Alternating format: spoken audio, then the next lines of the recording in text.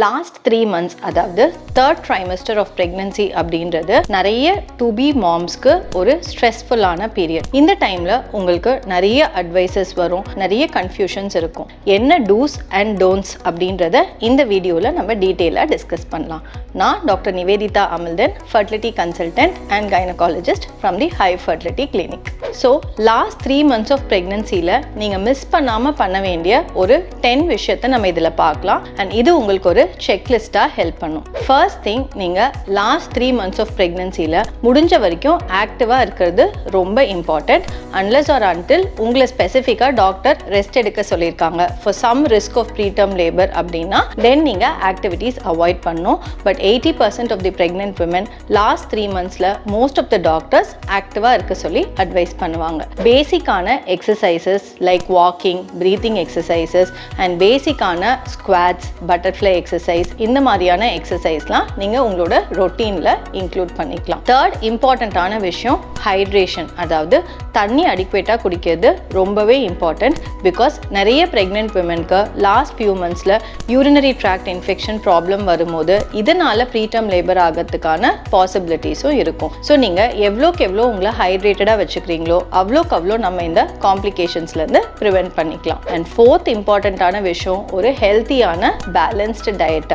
முடிஞ்ச வரைக்கும் complex carbohydrates and fruits, vegetables உங்களோட டயட்டில் அடிக்வேட்டாக இன்க்ளூட் பண்ணிக்கோங்க. ப்ராசஸ்ட் ஃபுட், ஜங்க் ஃபுட் இதெல்லாம் அவாய்ட் பண்ணிக்கோங்க.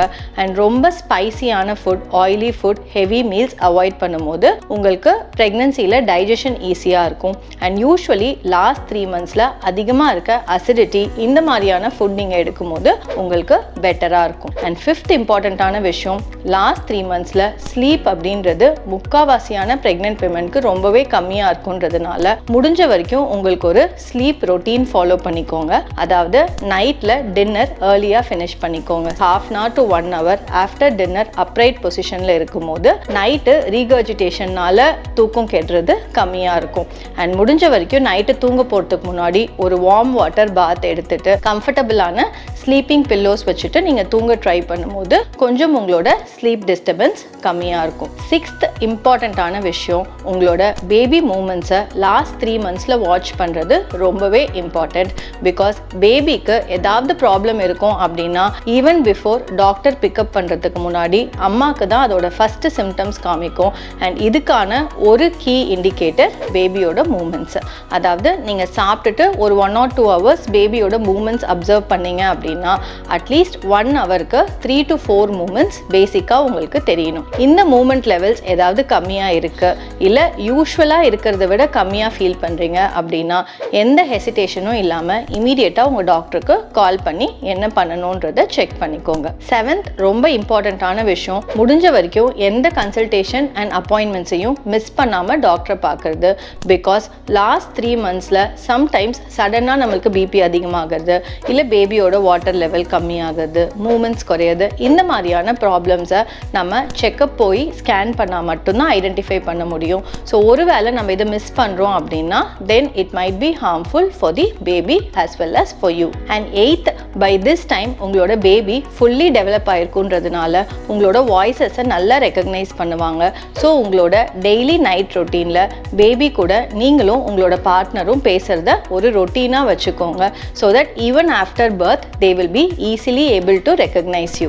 ninth, உங்களோட டெலிவரி பிளானை ப்ரையராக டாக்டர் கிட்ட டிஸ்கஸ் பண்ணிக்கோங்க.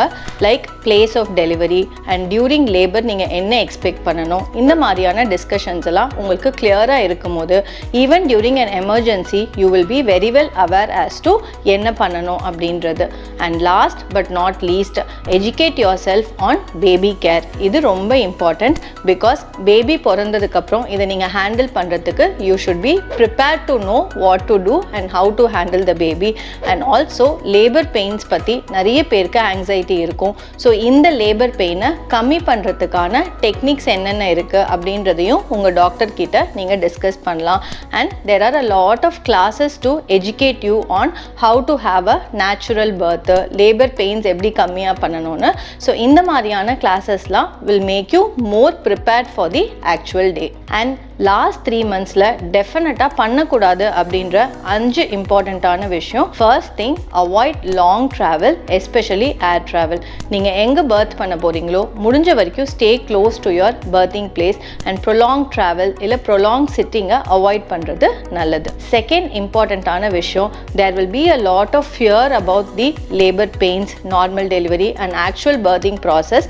ஸோ முடிஞ்ச வரைக்கும் keep yourself com and educate your self about the labour process so that you are able to handle it better. Third, ரொம்ப இம்பார்ட்டண்ட்டான விஷயம், யாருக்காவது ஏதாவது ப்ரெக்னன்சி காம்ப்ளிகேஷன்ஸ் இருக்குது. ஃபார் எக்ஸாம்பிள், பக்கத்து வீட்டில் இருந்தவங்களுக்கு இதாச்சு, அங்கே என்னோட ரிலேட்டிவ்க்கு பேபி சீக்கிரம் பிறந்துச்சு, இல்லை இவங்களுக்கு அதிகமாக பிளட் லாஸ் இருந்துச்சு, இந்த மாதிரியான காம்ப்ளிகேஷன்ஸ் எல்லாம் கேட்டு நம்மளுக்கும் இப்படி ஆகும் அப்படின்னு தயவு செஞ்சு பயப்படாதீங்க. பிகாஸ் ப்ரெக்னன்சியில் 5 to 10% of the women have complications. ஆனால் 90 to 95% of them will have a smooth and uneventful pregnancy.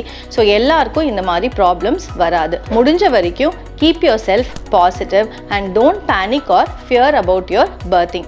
ஒருவேளை உங்களுக்கு அப்படி ஏதாவது டவுட்ஸ் இருக்குன்னா discuss it openly with your doctor so that they will be able to guide you better. And fourth இம்பார்ட்டண்ட்டான விஷயம், last 3 மந்த்ஸில் நம்மளோட baby வெயிட்னால நம்மளுக்கு stability கொஞ்சம் கம்மியாக இருக்கும். பிகாஸ் பாடியோட சென்டர் ஆஃப் கிராவிட்டி ஆல்டர்டாக இருக்கும். ஸோ இதனால் டெஃபினட்டாக ஹை ஹீல் ஷூஸ் போடாதீங்க.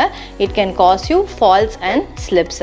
அண்ட் ஃபிஃப்த் இம்பார்ட்டண்ட்டான பாயிண்ட்டு, இஃப் அட் ஆல் வீட்டில் பெட்ஸ் இந்த மாதிரி வச்சுருக்கீங்க அப்படின்னா avoid cleaning their litter or saliva. And முடிஞ்ச வரைக்கும் avoid eating uncooked or raw meet.